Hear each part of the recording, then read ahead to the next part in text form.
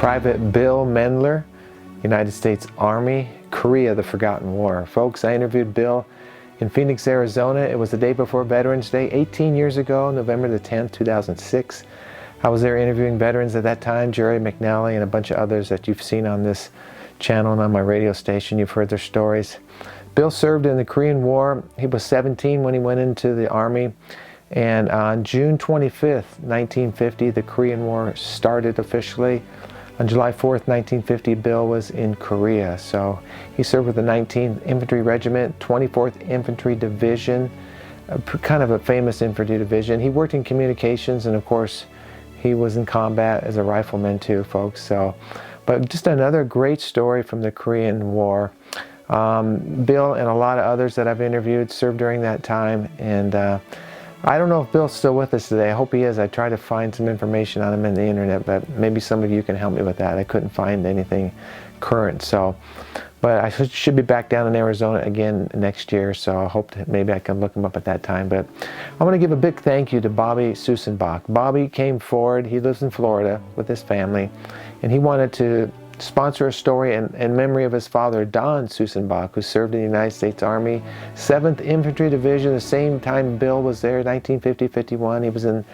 He retired as a captain, went to OCS after the Korean War, retired in the reserves as a captain. But this has a great story. I wish I could have interviewed your father, Bobby, but I'm going to show a couple pictures of your dad here in his headstone where he's interred. But another great story, I'm sure, from the Korean War that we could have captured. But we lost Don in 2020. But we're going to honor him through this story with Bill Mendler. Again, they served at the same time, possibly were together at some point during the Korean War. So my father also served during the Korean War in 1951 to 53 in the Army. Okay, folks, but Bobby, I want to thank you. I salute you for sponsoring Bill's story and for honoring your father, his memory during this broadcast, and for your dedication to our country and to our veterans. Bobby, I hope to work with you again. God bless you and your family. Folks, if you'd like to step forward and help sponsor a story like Bobby did in honor of a loved one, you can get a hold of me. There's plenty of information on the video descriptions of all my videos. If you'd like to donate to my work, I would encourage you to do that through the comment sections or through my website, larrycappetto.com. There's a link in the comment section, or you can click on the donate link on my website. My homepage features my radio station, Voices of History Radio, folks. Coming up on 2 years now, and just been a blessing. I listen to it all the time. I guess I'm an addict or a junkie for these stories, but I've heard these stories more than anybody, but I still get something new every time I listen to them. And I can't help but think about the time that we're living in now, and the things that all of these veterans, Bobby, your father, fought against, and Bill fought against, and in Korea and Vietnam, is communism and how it's trying to take a hold on our country, folks. This election coming up is huge. I would encourage all of you to vote, be registered to vote. I heard a statistic the other day which kind of blew my mind, that something like 30 million evangelicals are not registered to vote. I couldn't believe that. I couldn't believe that. And a lot of gun owners are not registered to vote. Folks, this is an election we need to. The enemy doesn't want you to vote, so we need to get out there and vote. This isn't a political message. This is just what our veterans fought for, and how we're fighting for the same freedoms in our own country that our veterans fought for on foreign soil, folks. It's so imperative. It's so important. As I record this broadcast, less than 3 weeks from tomorrow will be the election day in this country. I call it D-Day. I did a video on this channel called D-Day. I'd like you to watch it. It's like 8 minutes long, but it's really good. Very balanced message. So, but that's what our veterans fought for, and they did not die in vain, folks. The ones that died in combat or were wounded, it wasn't done in vain, and we're here to help them now as we continue forth in this fight. So, okay, there's my little soapbox, but I like sharing about these things because we need to become involved. Okay. All right, folks, I would encourage you, like I said, listen to my radio station and subscribe to this channel if you haven't. I'd like to get 100,000 subscribers by the end of the year. That would be a huge feat, but it'd be a blessing that more people will listen to these stories. So share these videos. Let's honor Bill Mendler now and all the Korean War veterans. It's called a forgotten war. It's to be regretted, folks. It's a shame. But we're going to honor Bill and Don Susanbach in this video. And I just say God bless you, and I'll talk to you in my next broadcast.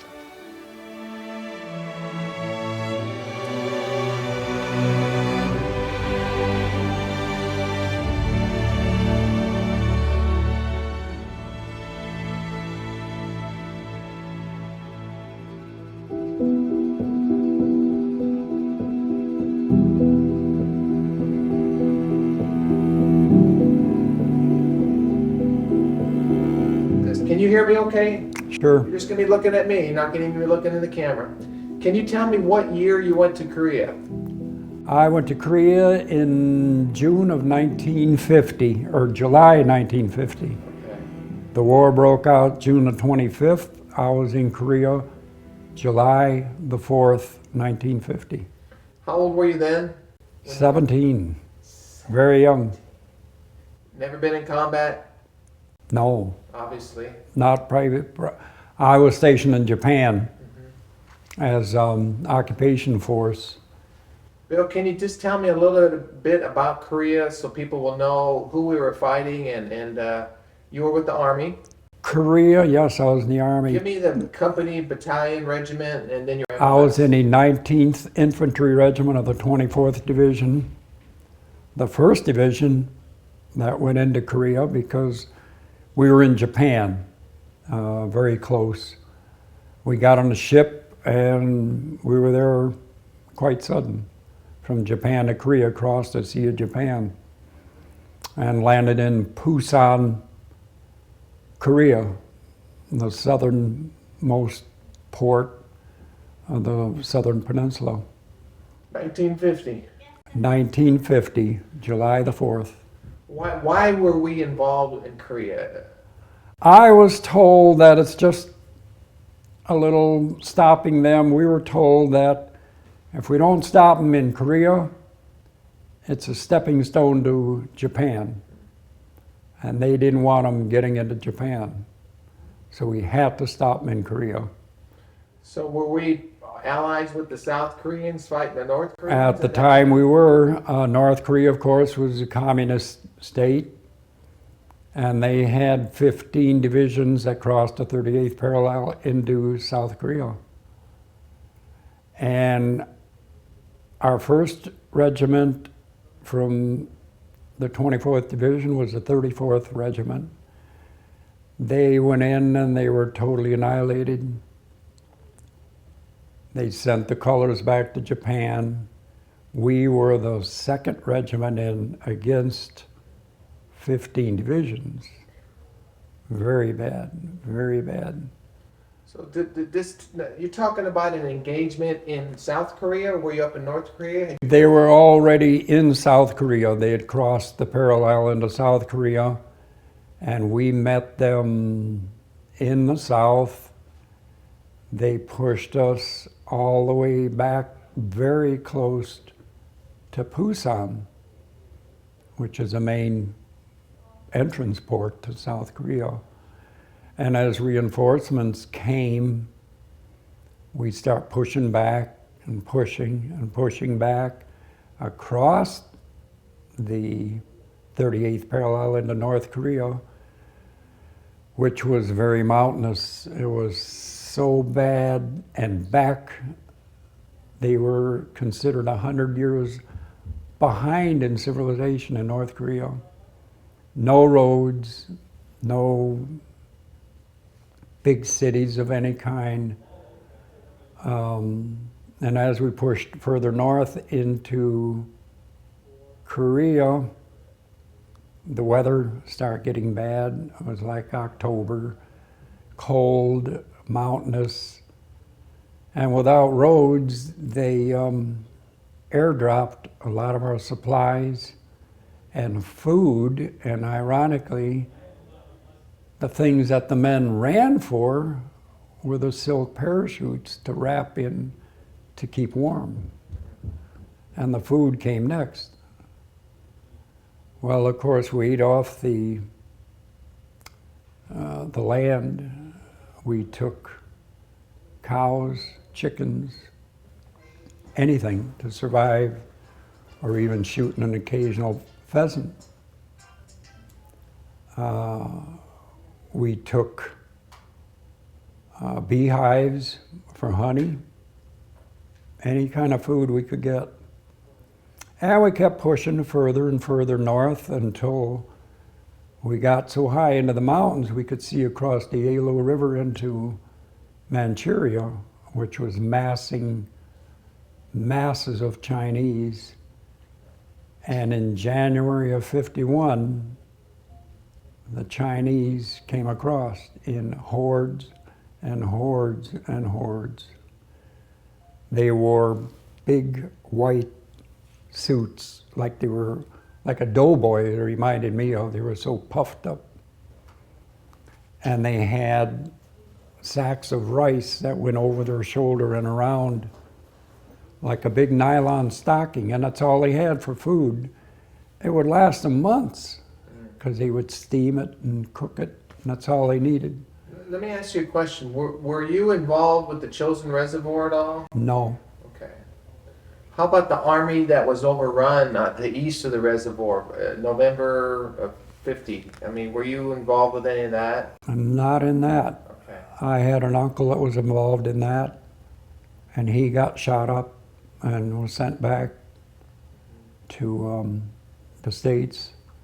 So you were now talking about the Chinese coming over in January, but they were fighting against the Marines in November and December at the Chosin Reservoir, right?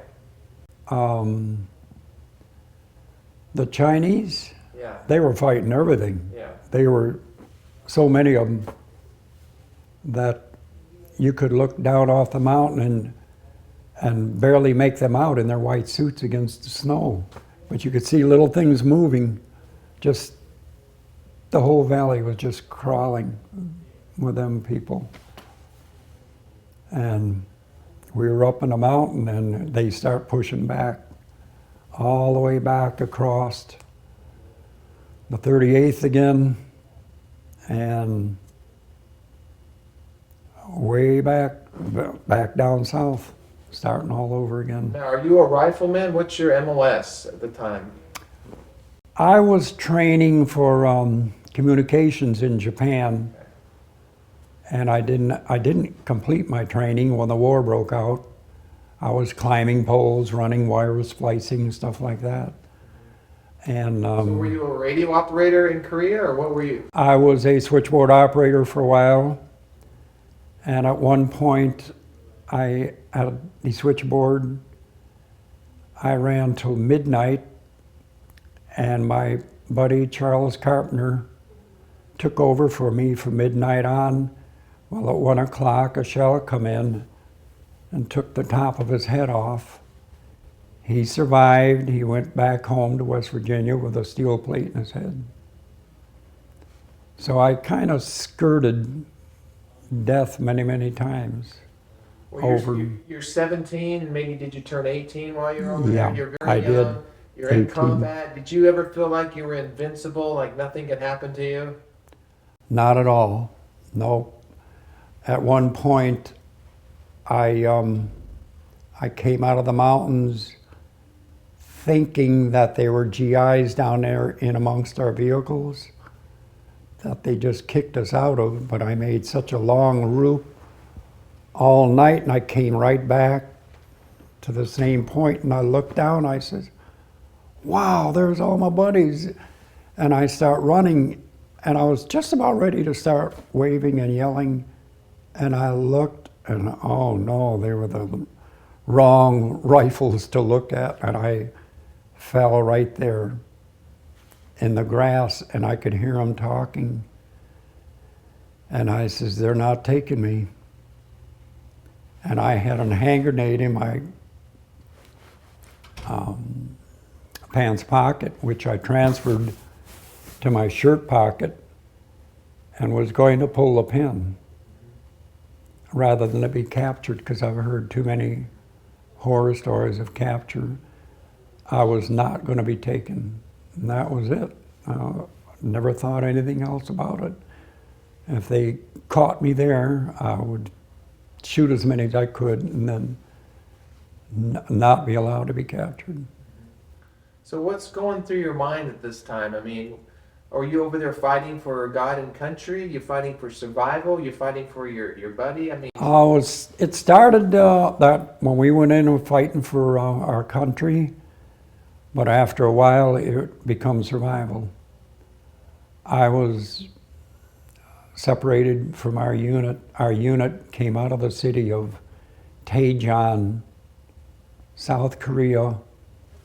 The entire division column was coming out, and we were cross-fired by machine gun fire on both mountains, trying to get through the pass.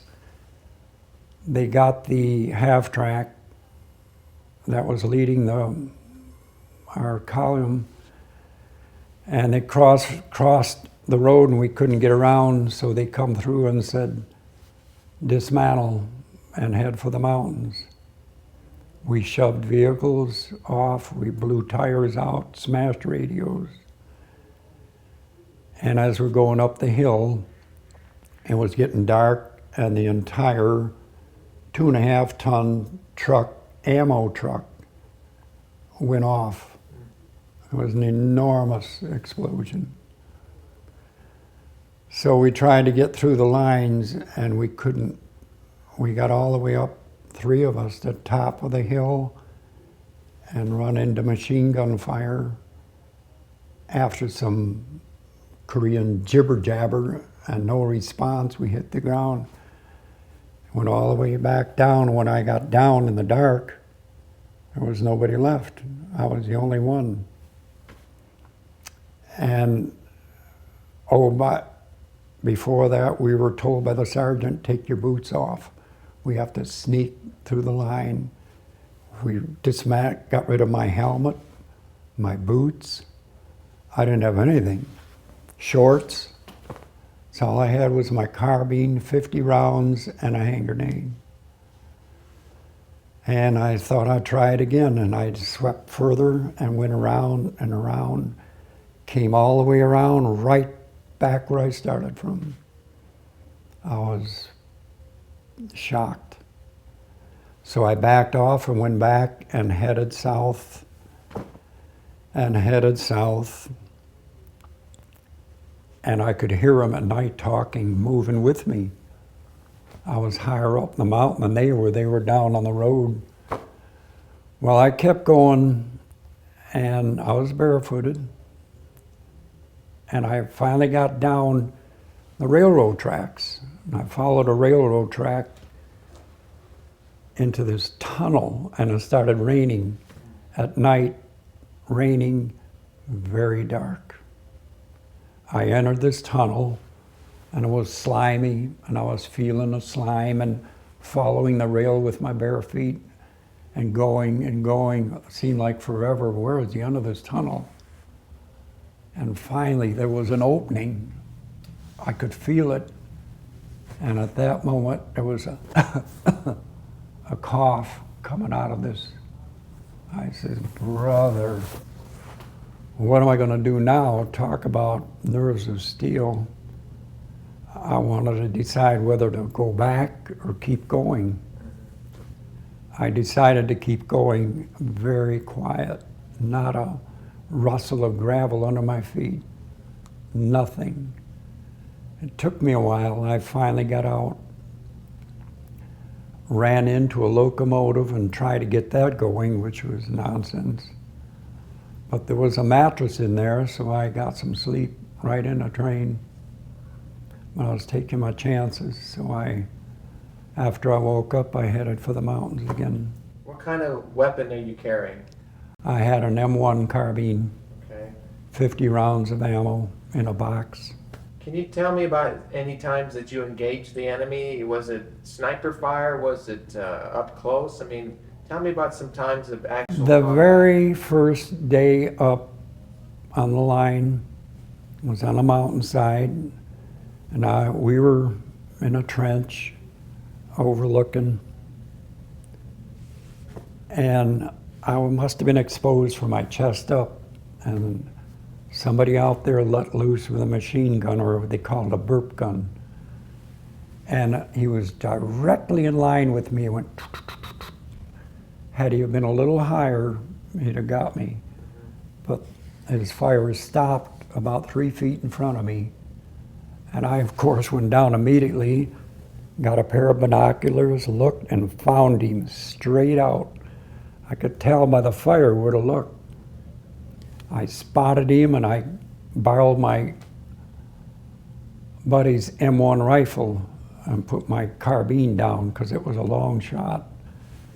And I picked him up in my sights, and at that moment, he decided to get up and run. I'll never forget him because he didn't have a shirt on, and he was slightly plump in the middle. One shot hit him square, right square, and he was down. But then everybody seen him and just buried him right there.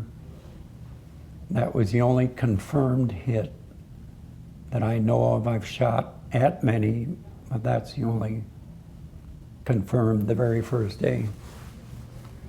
So what being a young man in combat, I mean, can you describe combat? I mean, what's the sound of combat like?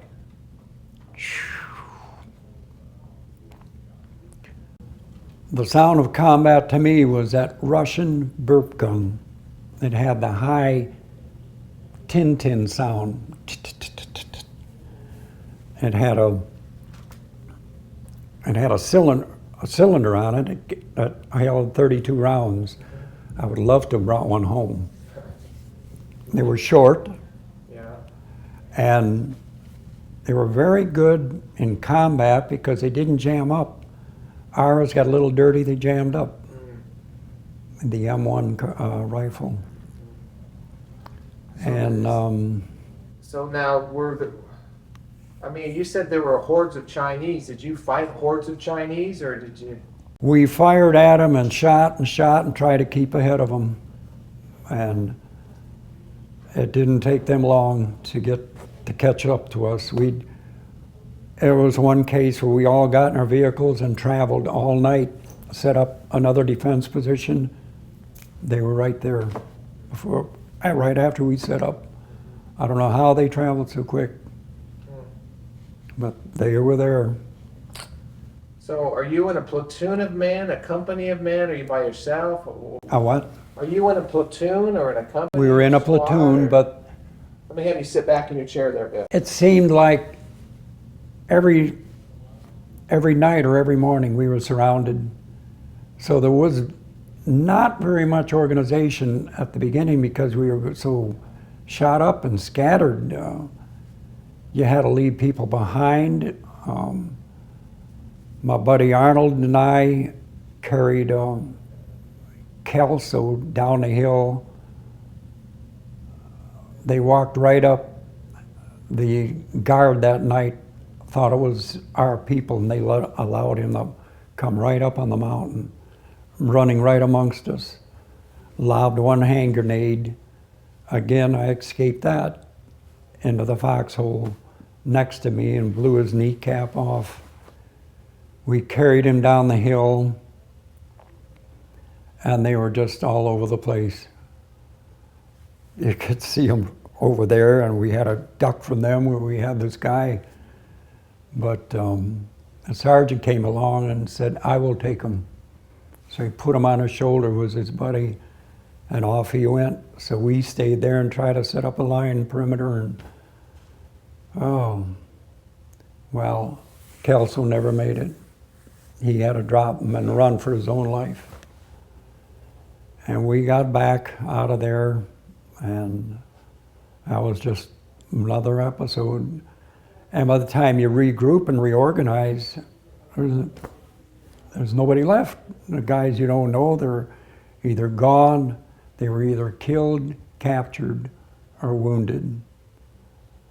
I don't recall anybody left that I knew in my organization. And we'd hook up with other outfits and go from there. It just, at the beginning, there was no organization.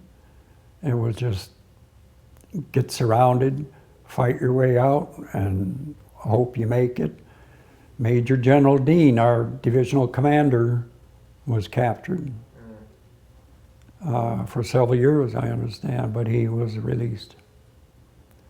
Colonel McCoy, he was shot, turned back to the States. Lieutenant Little, he was shot. One guy said he don't think he's going to make it any longer.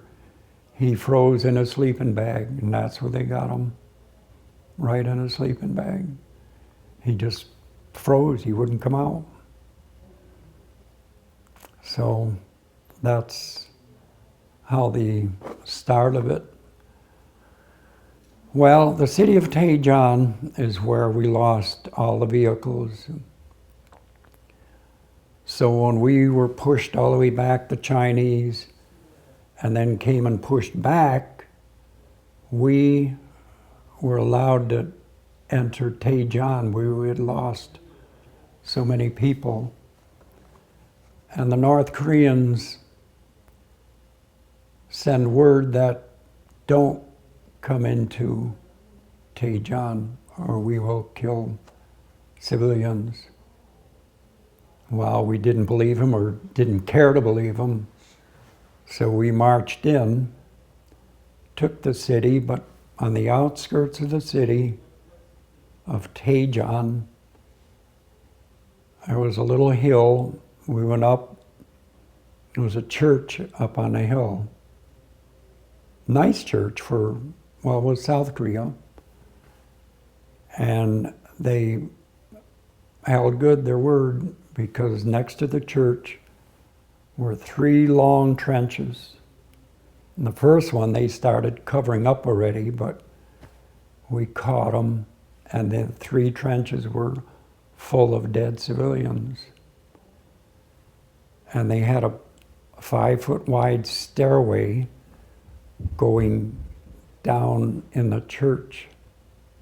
That was full of bodies, the church itself. And they said they were going to kill civilians, and they did. That was North Korea, North Koreans. It was a big massacre. I would estimate 200 maybe. And we kept going, pushing and pushing. Bill, what was your greatest fear during the war over there? I mean, would you have a... Capture was my biggest fear. I would not be allowed to be captured. Was that just your personal feelings, or was that what they told you to not be captured? That was me. That was me. I was told that there was some torture in them being captured. I guess the biggest one was when I was lost for 3 days. I came into this little town, and it had to be North Korea because the houses were like mud. Well, I crawled in this house very cautiously. Nobody there, and they had like a loft. And I jumped up and crawled back into this loft. There were big bags of grain, feed or something. And I went back as far as I could and fell asleep, only to wake up to voices. So I crawled and I peeked in the kitchen, and the first thing I noticed were 5 rifles with very long bayonets stacked in the corner. They were the North Koreans, and they're having their rice. And I'm up in a loft sleeping. I crawled back in there and waited till they left. And then crawled out and headed for the mountains again. So it was rough the first few months. They would just run and hide, listen to them talking at night, moving up and try to stay ahead of them. And I seemed to always be one jump ahead of death. After the 3 days, I hooked up with some people that were running also, civilians. and we came to a river, and I wanted to swim the river, and they talked me out of it. There was a boat coming across to take us. So I says, well, I'll wait. So they brought this boat across. Maybe 15 of us got on this boat, and it started sinking. We were bailing water and paddling at the same time, trying to get across. Well, as soon as we got across the river, they were on the other side, the North Koreans, yelling back and forth. And they told me, you better go now. So I took off and finally ran into a machine gun nest. I passed over this bridge and ran into the 1st Cavalry. They were set up in position, and I says, I'm probably the last one out of there. They're right behind me, you best get ready. And there I was, no helmet, no shirt, pants knee-high, no boots, with my carbine. And they thought, surely, boy, I was not a GI. But I start yelling, I am GI, don't shoot. And they says, you're lucky we have this bridge dynamited, and we were ready to blow it. So I got out, and they took me in and interrogated me, wanted to know what's going on. I says, they're behind me. They're coming in hordes. They're all over the place. And there were 2 wounded ahead of me, and they put them in a Jeep, and I was still talking to the lieutenant, and they took off, and I went on a 2nd Jeep, took off right behind them. They didn't make it. They already ran into a roadblock. They got killed. The wounded guys, the Jeep driver escaped, came running down the road and flagged us down. You can't get through. Well, I headed to the mountains again. Started all over. And I took one wounded guy with me, helped him along. He says, forget it, leave me. I don't want to fight anymore, just leave me here. And I said, oh no, and I dragged him, just coaxed him along until we finally, the next day, we run into another outfit. And they took me off. By then I had terrible, terrible dysentery. I couldn't walk, my stomach bloated from eating whatever food I could get. Raw potatoes is what some of those civilians fed me, and that's when I think did me in. How long were you in Korea total? A year or? 1 year. Yeah. And From July of 50 till June of 51. Okay. Were there World War II soldiers that were there that from World Yes, War II? there were Did you a find lot of any comfort in talking to them or being around them? I think they tried to be a little too heroic. I seen one major run ahead of us. There was like a little gully, and there was a ridge there, and they were shooting at us. We were shooting back, and he says, cover me. So we covered, and he ran up, right up over the ridge with his 45, over the ridge, and pow, pow, pow, pow. Picked up some weapons and come back. I thought it was pretty neat, but a little... John Wayne? Yeah, a little heroic. So what, you told me, I think in an email, or we had talked originally, and you said you hadn't talked about Korea. You suppressed it. Is this the first time you're talking about it? I did a little to my daughter before she died. She was only 44, but not to my family in whole. I was more like, oh, we had a lot of fun there.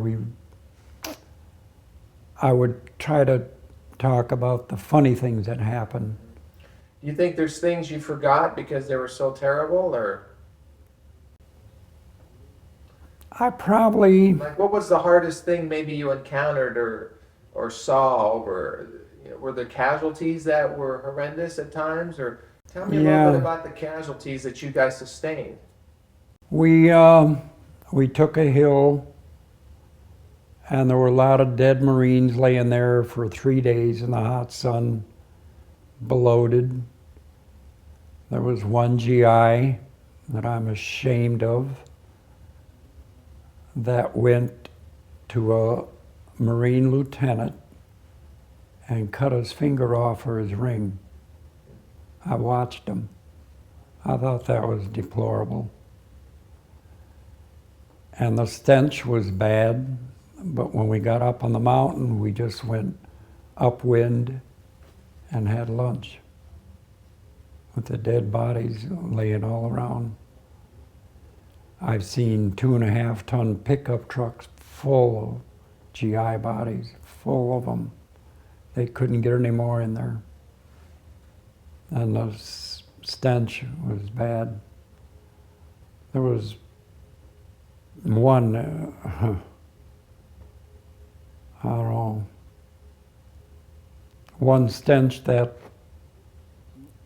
is hard to forget, and that was, it seemed like when a man's head was blown apart and the brains had a certain smell to it that I just hated and couldn't tolerate, and I've only smelled that twice over there, and I'd recognize it.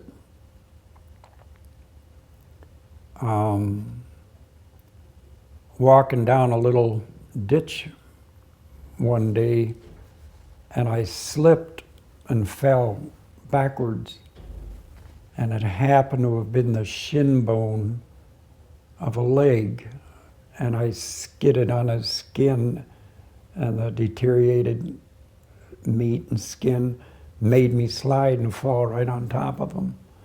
I could see the exposed leg, and I just covered it back up, not knowing if it was ours or theirs or whose. And there was a lot of GIs still up there back in the mountains that they'll never find. There's a lot of them they're still looking for, but it was so desolate. No roads, and you get killed up there, I'll stay. And You made a real interesting remark. You said you were one step ahead of death. always seemed to be. I've never heard that before. That was quite a statement. Well, you know, like my buddy Chuck Carpenter took over my switchboard and got his head blown off. We were walking up the mountain, and my buddy Arnold stepped, and the machine gun cut loose and hit the bullets right between his legs as he stepped, and we moved out of there in a hurry. And it seemed like it was always the other guy getting it. And Why do you think you survived and came back? I put that mostly to luck.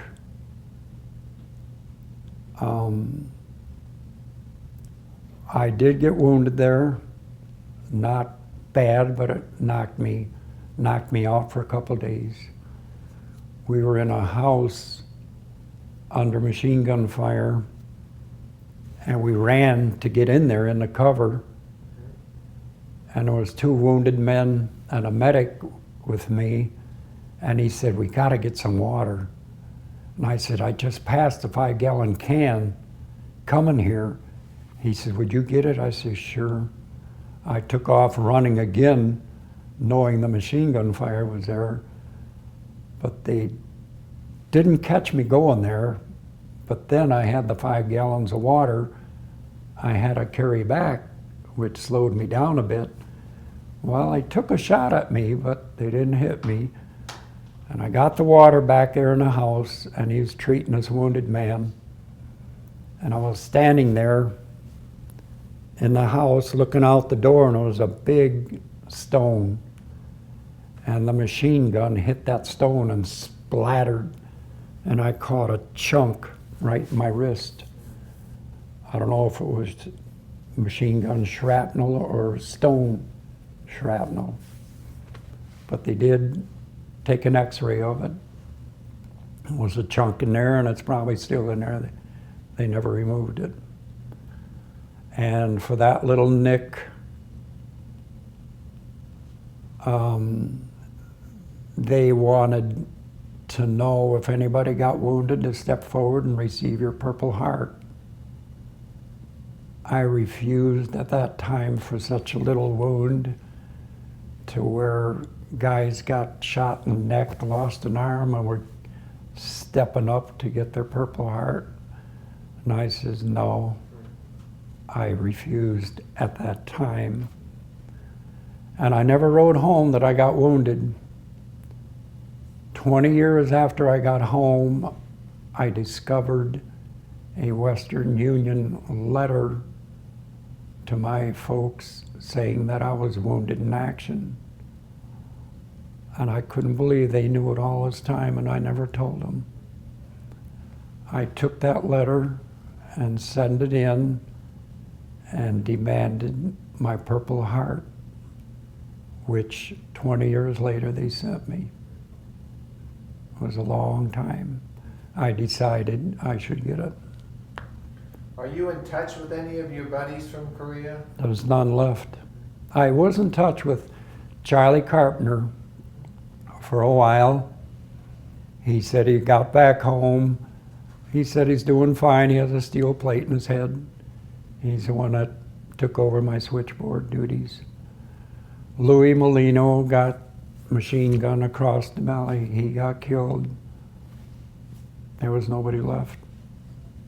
All gone. Killed in action or just died recently, or? No, killed in action, captured or wounded, one or the other. Mostly killed. There were, like I said, I was training for the lineman, and I never did complete, so when we first went to Korea, the two sergeants that were training, they took off with a big spool of wire. I watched them string this wire up over the hill. Never seen them again. They never came back, never heard what happened to them or nothing.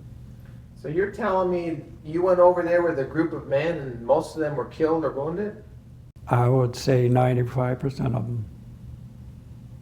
We were just one regiment against 15 divisions. What are you going to do? And you survived. I survived that mess. Did you ever suffer any guilt for surviving? Survivor's guilt? You ever hear about that? No. You ever wonder why? I never had any real strong feelings about it, one way or another. I didn't like planes. I ducked many times when I was home from planes going over, because I think it was a P-51 Mustang that came down the valley.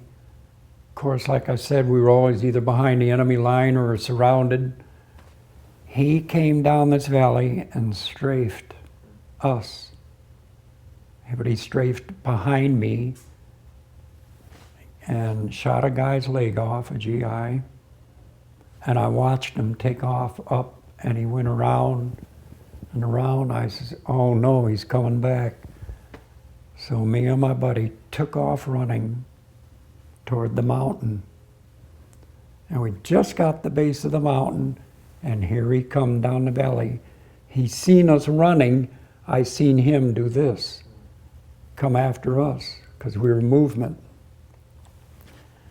At the base of that mountain was a huge rock, big as a Volkswagen. And we cuddled behind that, and I peeked over, and he cut loose with them 650s, 3 on each wing. And I seen the dirt kicking up, and we cuddled behind that rock, and I went, and I was so mad, I leaned back against that rock, and I seen him pull up, and I had my carbine, and I was shooting at him. Pop, pop, pop, pop. This was your own rounds. plane?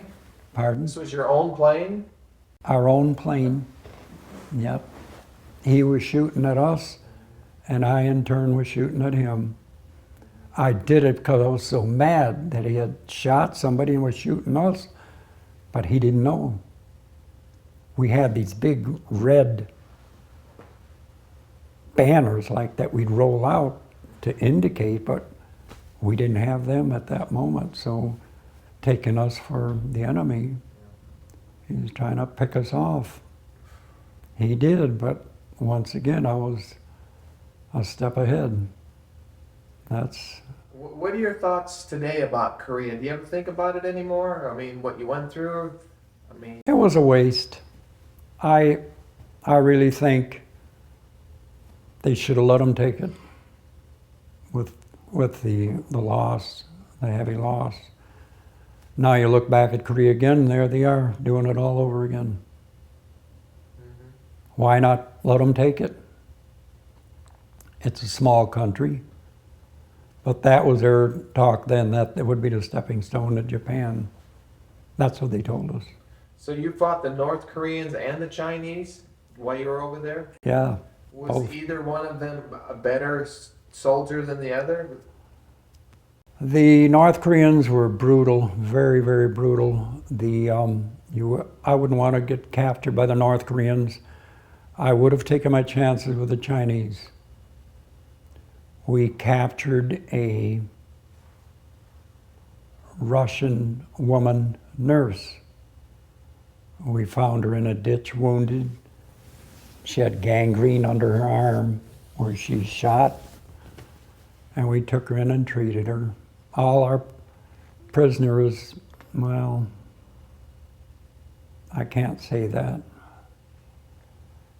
I've seen a few bad things on our part, to where in North Korea we took a town over, kicked everybody out, took possession, food, and resupplied and everything.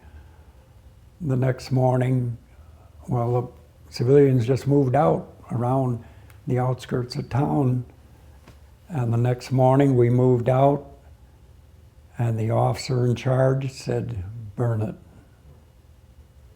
We burned the entire town down with mainly tracer bullets, and set the straw thatch-like roofs on fire, burned the whole town down, the people watching.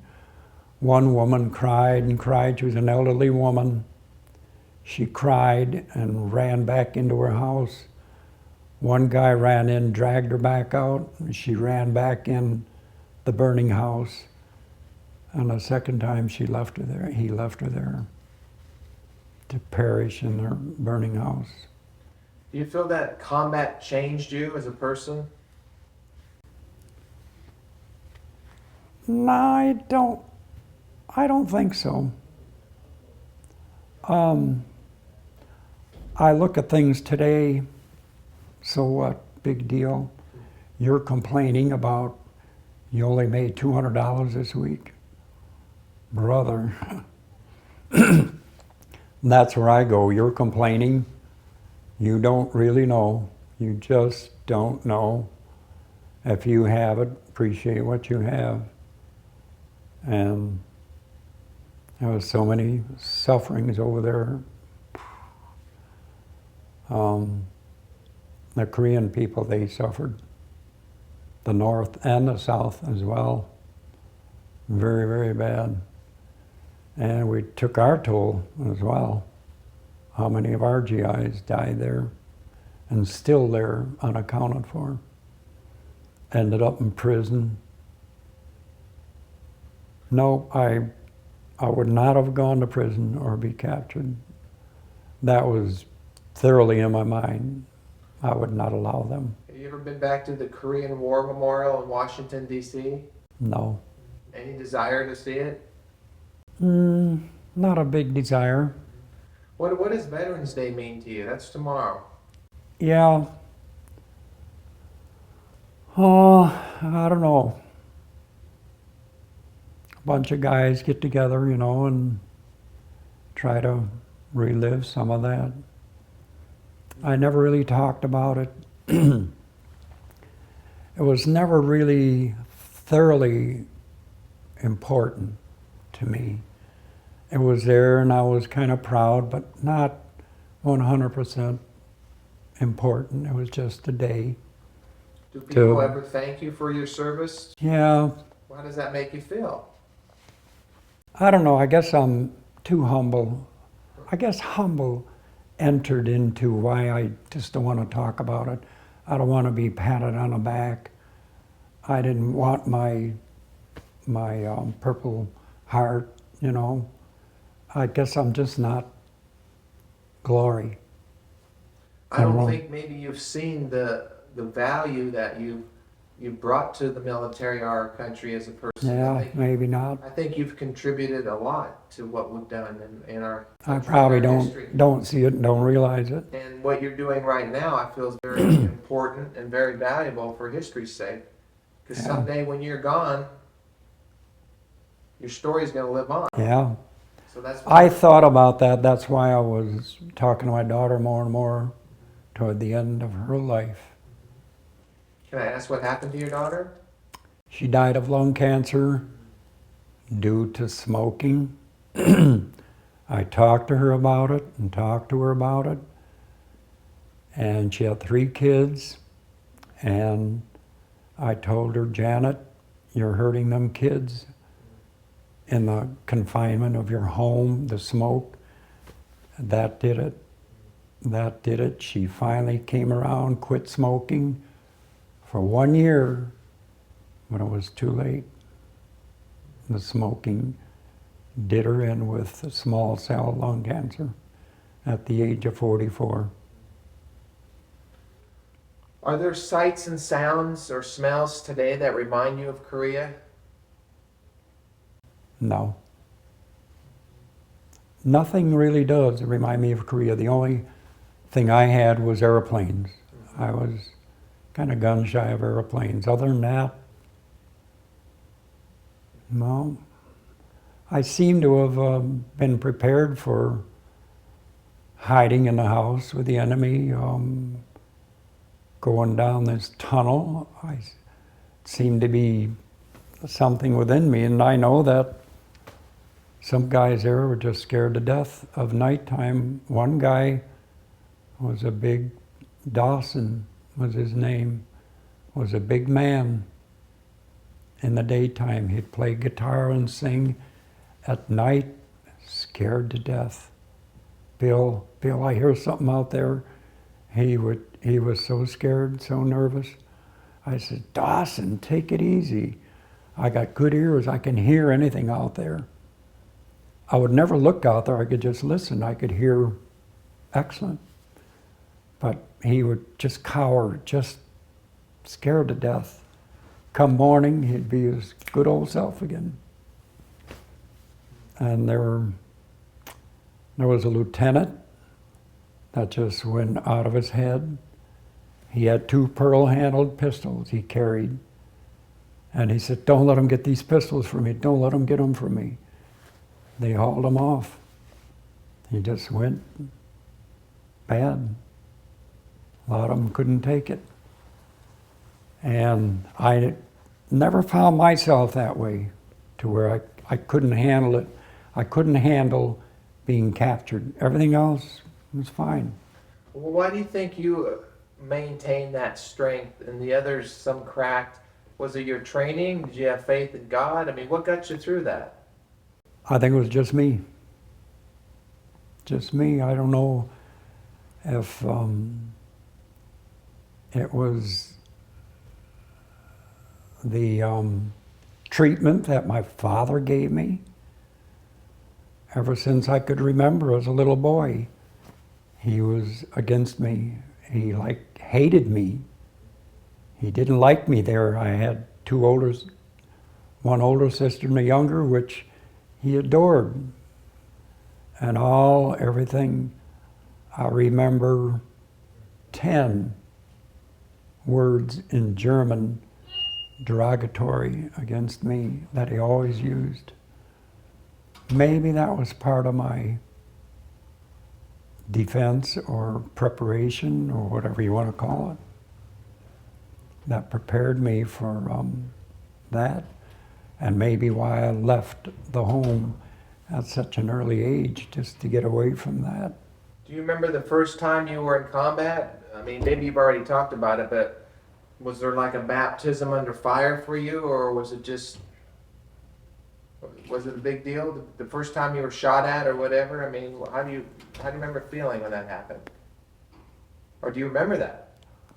Well, we're going up the front lines, and we seen a lot of burned out Jeeps, and tanks were dismantled and on fire, and we were going in that direction. I said, boy, this is going to be some party.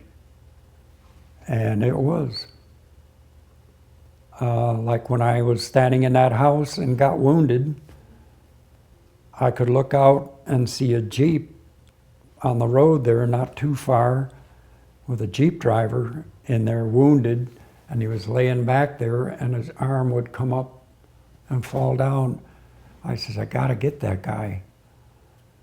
So I went around and crawled in the ditch, down the ditch, and I didn't get too far.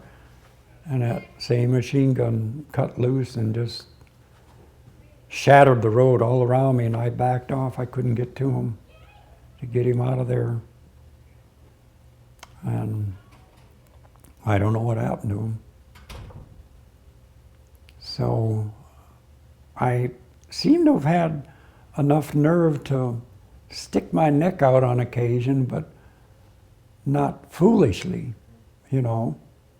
More, God, I gotta help this guy. But I don't think I would have risked my life. I would have put my life in jeopardy at a certain point, but and do whatever I could to help. Bill, what does the American flag mean and represent to you as a veteran? Well, it's our country. Yeah, it is the only flag. Yeah. Yeah, proud of it. Tell me just briefly about the price for freedom. The what? The price for freedom. Oh my. I guess there is no price. How can you set a price on freedom? You saw a lot of men die for our freedom. Yeah. Well, the ultimate price, yeah. I feel it kind of was a waste. Korea, Vietnam. Now World War II was different. But why are we in Iraq today, you know? Do we have to do all this? Such a big, powerful country, we could put a ring around our country and nobody could touch us. Leave us alone. Now here, 56 years later, North Korea is rattling their chains again. What's going to happen? Going to do it all over again? History repeats itself. If they do cross the 38th parallel, of course we do have servicemen there right now, will we be doing it again? Scary thought, huh? Sobering thought. Should we do it again? Has he told things today he's never talked about? He's told me a lot of things. Okay, good. Yeah, I've been talking a lot to her.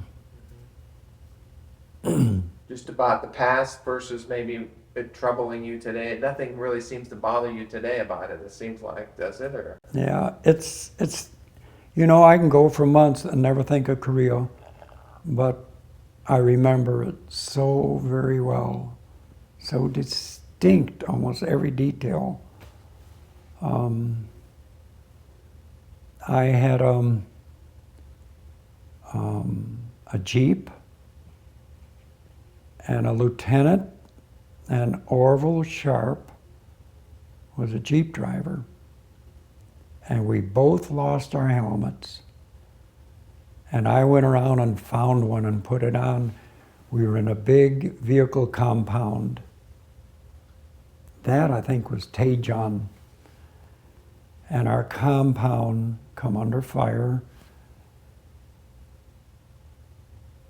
and I wanted my Jeep. I had a 50 caliber machine gun on it, 8 boxes of ammo, and an extra barrel. I wanted Orville Sharp to move that Jeep and get it out so I could use that 50. I only used it once prior to that, and I stood up on a tongue looking and yelling for Orville Sharp. At the very moment, a mortar round come in and hit the vehicle ahead of me. And beings out of his 2 vehicles between that shell and me standing on the tongue, avoiding shrapnel underneath, I again escaped. Orville Sharp, without his helmet, got it right through the head. A lieutenant got shot. They carried him off. I lost my Jeep. I lost my 50 caliber. We took what vehicles we could get. I jumped on an ammunition truck and we scooted out of there with the vehicles that were still running. And this 2.5-ton truck screamed out of there and went down a road, and I looked way down there and there was a Russian tank.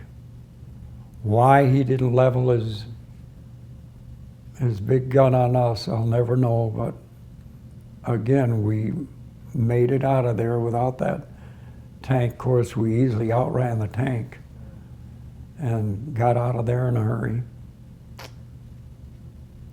So I lost 2 more there, and once again was a step ahead.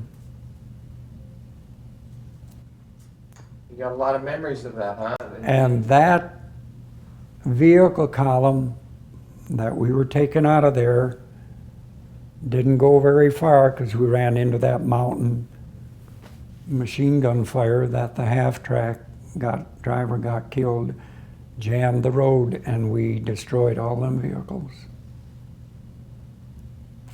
And General Dean come there and said, destroy these vehicles, we can't get through, we can't go back.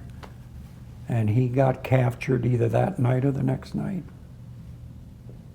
Our divisional commander. So did you try to help Orville, or there's nothing you can do for him? No, he was, half his head was gone. Yeah. What do you do at a moment like that? Do you call a corpsman? Do you go your way? I mean...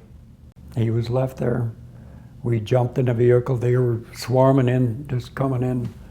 Mortar attack, and the entire army was right there at our door.